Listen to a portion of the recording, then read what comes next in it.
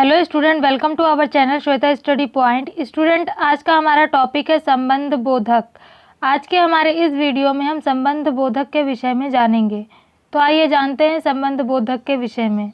जो अव्यय शब्द संज्ञा अथवा सर्वनाम के साथ आकर उनका संबंध वाक्य के दूसरे शब्दों से बताते हैं, उन्हें संबंध बोधक अव्यय कहते हैं। कहने का तात्पर्य यह है कि वे सभी अव्यय शब्द जो संज्ञा अथवा सर्वनाम के साथ आकर संज्ञा और सर्वनाम का संबंध वाक्य के दूसरे शब्दों के साथ जोड़ते हैं, वे सभी संबंध बोधक अव्यय कहलाते हैं। जैसे मेरे घर के पीछे बगीचा है, यहाँ इस वाक्य में के पीछे शब्द संबंध बोधक अव्यय है। वहीं दूसरे वाक्य में बच्चा ठंड के मारे काँप रहा है, यहाँ इस वाक्य में के मारे शब्द संबंध बोधक है। वहीं तीसरे वाक्य में हमारे घर के सामने स्कूल है, यहाँ इस वाक्य में के सामने शब्द संबंध बोधक है। वहीं चौथे वाक्य में पुल के ऊपर ट्रक जा रहा है, यहाँ इस वाक्य में के ऊपर शब्द संबंध बोधक अव्यय है। क्योंकि वाक्य में प्रयोग किए गए ये सभी शब्द संज्ञा और सर्वनाम का संबंध वाक्य के दूसरे शब्दों के साथ जोड़ रहे हैं, अतः ये सभी शब्द संबंध बोधक अव्यय के अंतर्गत आते हैं। आइए अब जानते हैं संबंध बोधक अव्यय के प्रकार के विषय में। संबंध बोधक अव्यय को 3 आधारों के आधार पर विभाजित किया गया है। पहला प्रयोग के आधार पर, दूसरा व्युत्पत्ति के आधार पर और तीसरा अर्थ के आधार पर। प्रयोग के आधार पर संबंध बोधक अव्यय के 2 प्रकार होते हैं, पहला संबद्ध और दूसरा अनुबद्ध। व्युत्पत्ति के आधार पर संबंध बोधक अव्यय के 2 प्रकार होते हैं, पहला मूल और दूसरा यौगिक। आइए अब जानते हैं अर्थ के आधार पर संबंध बोधक अव्यय के प्रकार के विषय में। अर्थ के आधार पर संबंध बोधक अव्यय के 10 प्रकार होते हैं, पहला कालवाचक, दूसरा स्थानवाचक, तीसरा साधनवाचक, चौथा दिशावाचक, पांचवा समताबोधक, छठा विरोधवाचक, सातवां हेतुवाचक, आठवां तुलनावाचक, नौवां उद्देश्यवाचक और 10वां कारणवाचक। आइए अब जानते हैं कालवाचक अव्यय के विषय में। जिन अव्यय शब्दों से काल अर्थात समय का बोध होता है, वे कालवाचक संबंध बोधक अव्यय कहलाते हैं। जैसे पहले, बाद में, आगे, पूर्व, पश्चात, उपरांत इत्यादि शब्दों से काल अर्थात समय का पता चलता है, अतः ये सभी शब्द कालवाचक संबंध बोधक अव्यय के अंतर्गत आते हैं। जैसे रमेश सुरेश से पहले आया, यहाँ इस वाक्य में रमेश के सुरेश से पहले आने की बात कही गई है। से पहले शब्द से हमें काल का पता चलता है, यह हमें समय का बोध कराता है, अतः से पहले शब्द जो वाक्य में प्रयोग किया गया है वह कालवाचक संबंध बोधक अव्यय के अंतर्गत आएगा। आइए अब जानते हैं स्थानवाचक संबंध बोधक अव्यय के विषय में। जिन अव्यय से स्थान का बोध होता है वह स्थानवाचक संबंध बोधक अव्यय कहलाते हैं। जैसे ऊपर, नीचे, बाहर, भीतर, पास, निकट, दूर इत्यादि सभी शब्द स्थानवाचक संबंध बोधक अव्यय के अंतर्गत आते हैं। कहने का तात्पर्य यह है कि वे सभी अव्यय शब्द जिनसे हमें स्थान यानी कि जगह के विषय में पता चलता है, वे सभी शब्द स्थानवाचक संबंध बोधक अव्यय के अंतर्गत आते हैं। जैसे विद्यालय के पीछे बाग है, यहाँ इस वाक्य में के पीछे शब्द स्थानवाचक संबंध बोधक अव्यय है, क्योंकि यह संज्ञा के बाद आकर संज्ञा का संबंध वाक्य के दूसरे शब्दों के साथ जोड़ रहा है और स्थान का बोध करा रहा है, अतः यह शब्द स्थानवाचक संबंध बोधक अव्यय के अंतर्गत आएगा। आइए अब जानते हैं साधनवाचक अव्यय के विषय में। जिन अव्यय शब्दों से साधन का बोध होता है वे साधनवाचक संबंध बोधक अव्यय कहलाते हैं। जैसे द्वारा, के द्वारा, खातिर, बलबूते, कारण, मारे, हेतु, निमित्त, जरिए, सहारे, के हाथ इत्यादि सभी शब्द साधनवाचक संबंध बोधक अव्यय के अंतर्गत आते हैं, क्योंकि इन सभी शब्दों से साधन का बोध होता है। कहने का तात्पर्य यह है कि वे सभी शब्द जो साधन का बोध कराते हैं वे सभी साधनवाचक अव्यय के अंतर्गत आते हैं। जैसे राम ने बाण के द्वारा रावण को मारा, यहाँ इस वाक्य में के द्वारा शब्द साधनवाचक अव्यय है, क्योंकि इससे यह पता चलता है कि राम ने बाण से रावण को मारा था, अतः यह साधनवाचक संबंध बोधक अव्यय के अंतर्गत आएगा। आइए अब जानते हैं दिशावाचक अव्यय के विषय में। जिन अव्यय से दिशा का बोध होता है दिशावाचक संबंध बोधक अव्यय कहलाते हैं। जैसे सामने, पीछे, और, तरफ, प्रति, आर पार, आसपास इत्यादि सभी शब्द दिशावाचक अव्यय के अंतर्गत आते हैं, क्योंकि इन सभी शब्दों से हमें दिशा का बोध होता है। अतः पूर्ण रूप से हम कह सकते हैं कि वे सभी अव्यय शब्द जिनसे दिशा का बोध होता है, यानी हमें दिशा के विषय में पता चलता है, वे सभी अव्यय शब्द दिशावाचक संबंध बोधक अव्यय कहलाते हैं। जैसे वह आसमान की ओर देख रहा है, यहाँ इस वाक्य में की ओर शब्द दिशावाचक संबंध बोधक अव्यय है, क्योंकि इससे हमें दिशा के विषय में पता चल रहा है। अतः वाक्य में प्रयोग किया गया और शब्द दिशावाचक संबंध बोधक अव्यय के अंतर्गत आएगा। आइए अब जानते हैं समता बोधक अव्यय के विषय में। जिन अव्यय से समता अर्थात समानता का बोध होता है समतावाचक संबंध बोधक अव्यय कहलाते हैं।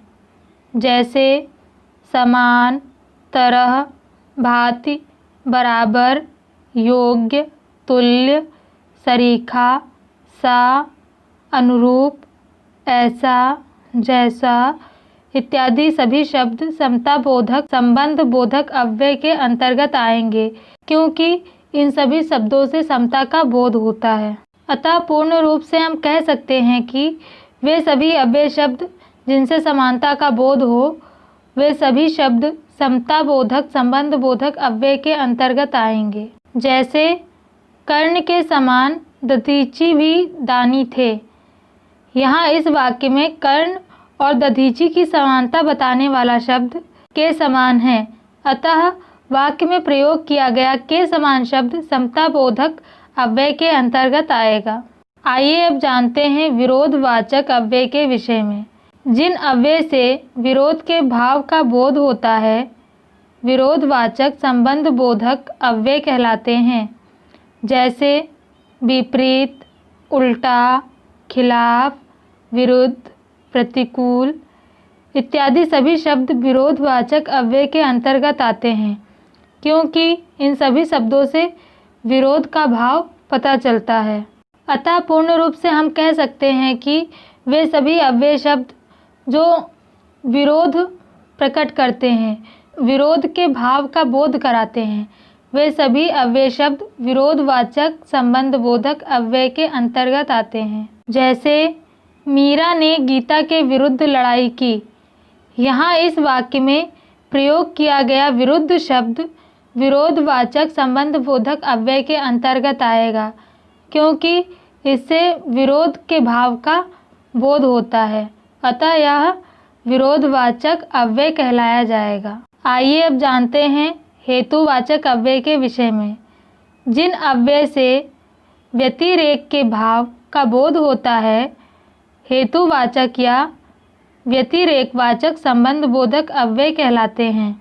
जैसे अलावा, अतिरिक्त, बगैर, बदले, बिना, जगह, अपेक्षा, सामने, आगे, सिवा, रहित इत्यादि सभी शब्द हेतुवाचक या व्यतिरेकवाचक अव्यय के अंतर्गत आते हैं, क्योंकि इन सभी शब्दों से व्यतिरेक के भाव का बोध होता है। जैसे मैं तुम्हारे अतिरिक्त किसी के साथ नहीं जाऊंगा, यहाँ इस वाक्य में प्रयोग किए गए अतिरिक्त शब्द से व्यतिरेक के भाव का बोध होता है, अतः यह हेतुवाचक या व्यतिरेकवाचक अव्यय के अंतर्गत आता है।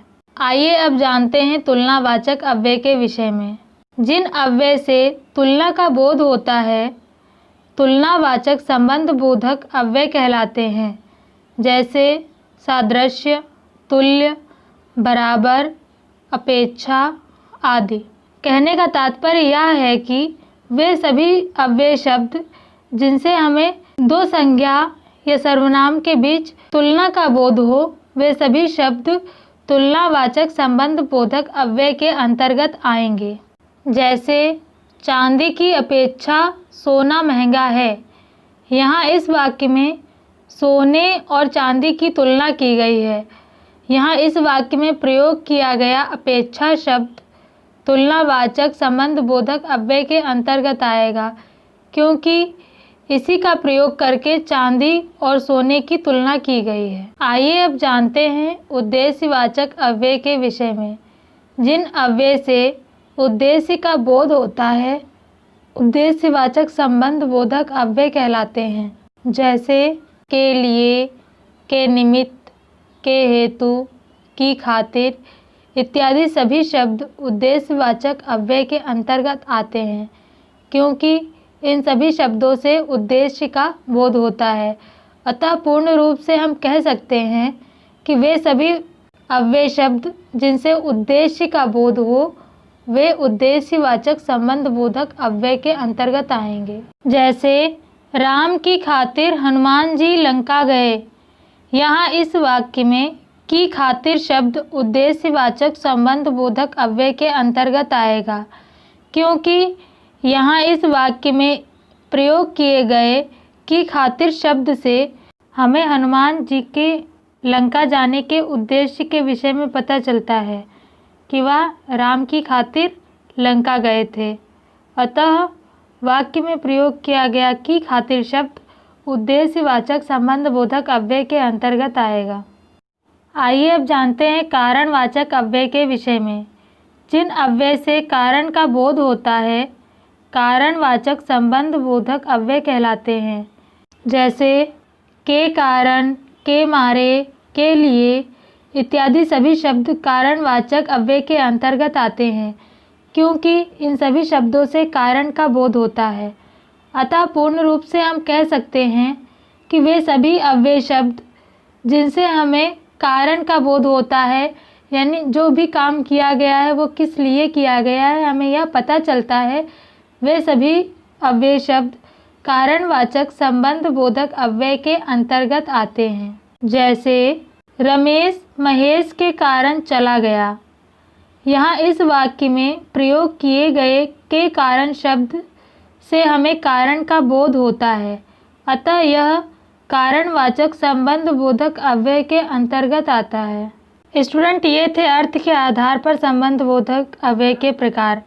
आइए अब जानते हैं प्रयोग के आधार पर संबंध बोधक अव्यय के प्रकार। प्रयोग के आधार पर संबंध बोधक अव्यय के दो प्रकार होते हैं, पहला संबद्ध और दूसरा अनुबद्ध। आइए अब जानते हैं संबद्ध के विषय में। जो संबंध बोधक अव्यय संज्ञा सर्वनाम के आगे किसी कारक चिन्ह के साथ लगाए जाते हैं, संबद्ध संबंध बोधक अव्यय कहलाते हैं। जैसे के बिना, के साथ, के पीछे, के आगे, से पहले इत्यादि सभी शब्द संबद्ध संबंध बोधक अव्यय के अंतर्गत आते हैं, क्योंकि ये संज्ञा और सर्वनाम के आगे कारक चिन्ह के साथ लगाए जाते हैं और उन शब्दों का संबंध वाक्य के दूसरे शब्दों के साथ जोड़ते हैं। जैसे राम से पहले श्याम पहुंच गया। यहाँ इस वाक्य में प्रयोग किया गया से पहले शब्द संबद्ध संबंध बोधक अव्यय है। आइए अब जानते हैं अनुबद्ध संबंध बोधक अव्यय के विषय में। जो संबंध बोधक अव्यय संज्ञा सर्वनाम के आगे बिना किसी कारक चिन्ह के साथ लगाए जाते हैं, वे अनुबद्ध संबंध बोधक अव्यय के अंतर्गत आते हैं। जैसे तक, सहित, भर, पर्यंत इत्यादि सभी शब्द अनुबद्ध संबंध बोधक अव्यय के अंतर्गत आते हैं, क्योंकि ये सभी शब्द संज्ञा और सर्वनाम के साथ बिना किसी कारक चिन्ह के प्रयोग किए जाते हैं और उनका संबंध वाक्य के दूसरे शब्दों के साथ जोड़ते हैं। अतः ये अनुबद्ध संबंध बोधक अव्यय के अंतर्गत आते हैं। जैसे वह रात भर घूमता रहा, यहाँ इस वाक्य में भर शब्द अनुबद्ध संबंध बोधक अव्यय के अंतर्गत आएगा। आइए अब जानते हैं व्युत्पत्ति के आधार पर संबंध बोधक अव्यय के प्रकार के विषय में। व्युत्पत्ति के आधार पर संबंध बोधक अव्यय के दो प्रकार होते हैं, पहला मूल और दूसरा यौगिक। आइए अब जानते हैं मूल संबंध बोधक अव्यय के विषय में। वे संबंध बोधक अव्यय जिनकी रचना मूल रूप से हुई है, अर्थात ये किसी अन्य शब्द की सहायता से नहीं बनाए गए हैं, मूल संबंध बोधक अव्यय कहलाते हैं। कहने का तात्पर्य यह है कि वे सभी संबंध बोधक अव्यय शब्द जो मूल रूप से लिखे जाते हैं, वे किसी शब्द की सहायता से बनाए नहीं जाते हैं।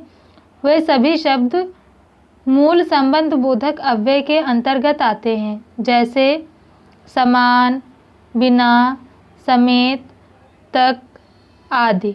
आइए अब जानते हैं यौगिक संबंध बोधक अव्यय के विषय में। वे संबंध बोधक अव्यय जिनकी रचना मूल रूप से नहीं हुई है, अर्थात ये किसी अन्य शब्द की सहायता से बनाए गए हैं, यौगिक संबंध बोधक अव्यय कहलाते हैं। कहने का तात्पर्य यह है कि वे सभी संबंध बोधक अव्यय जो मूल रूप से नहीं लिखे जाते हैं, अपितु दूसरे शब्दों की सहायता लेकर उनका निर्माण किया जाता है, वे सभी अव्यय शब्द यौगिक संबंध बोधक अव्यय के अंतर्गत आते हैं। जैसे पर्यंत, यहाँ इस शब्द को परि और अंत इन दोनों ही शब्दों को मिलाकर बनाया गया है, अतः यह यौगिक संबंध बोधक अव्यय के अंतर्गत आएगा। स्टूडेंट, ये थे संबंध बोधक अव्यय और उसके तीनों आधारों पर आधारित प्रकार। इससे पहले की वीडियो में हमने क्रिया विशेषण और उसके प्रकारों के विषय में जाना था। संबंध बोधक अव्यय और क्रिया विशेषण के विषय में विस्तार पूर्वक जानने के पश्चात इन दोनों के मध्य अंतर के विषय में जानना अत्यंत आवश्यक हो जाता है। अतः आइए अब जानते हैं संबंध बोधक और क्रिया विशेषण के मध्य अंतर के विषय में।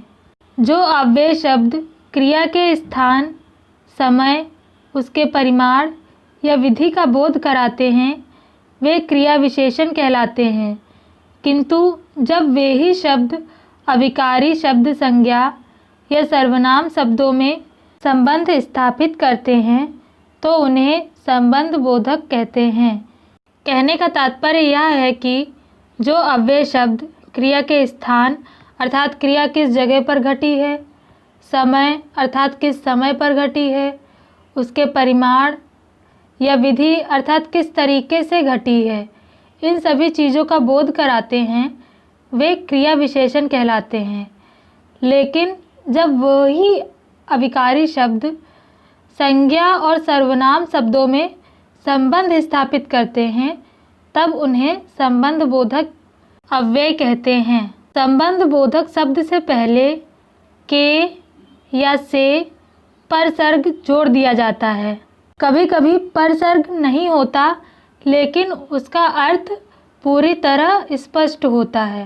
कहने का तात्पर्य यह है कि जब भी हम संबंध बोधक अव्यय शब्द लिखते हैं, तब उससे पहले के या से परसर्ग जोड़ देते हैं। कभी कभी ऐसा होता है कि हम परसर्ग नहीं जोड़ते हैं, लेकिन फिर भी उसका अर्थ पूरी तरह से स्पष्ट होता है। जैसे नहाने से पहले दांत साफ करो, यहाँ इस वाक्य में प्रयोग किया गया से पहले शब्द संबंध बोधक अव्यय के अंतर्गत आएगा, क्योंकि से पहले शब्द से नहाने और दांत साफ करने के मध्य संबंध स्थापित हो रहा है, अतः यह संबंध बोधक अव्यय के अंतर्गत आएगा। वहीं दूसरे वाक्य में पहले दांत साफ करो, यहाँ इस वाक्य में प्रयोग किया गया पहले शब्द क्रिया विशेषण के अंतर्गत आएगा, क्योंकि यहाँ इस वाक्य में प्रयोग किए गए पहले शब्द से हमें क्रिया की विशेषता के विषय में पता चलता है। वाक्य में प्रयोग किया गया पहले शब्द हमें क्रिया की विशेषता के विषय में बोध कराता है, अतः यह क्रिया विशेषण के अंतर्गत आएगा। स्टूडेंट, अगर आपको मेरी वीडियो पसंद आई हो तो वीडियो को लाइक और शेयर ज़रूर करें। चैनल को सब्सक्राइब करना ना भूलें। साथ ही बेल आइकन को ज़रूर दबाएं, जिससे कि आपको मेरी आने वाली नई वीडियो की नोटिफिकेशंस मिल सके।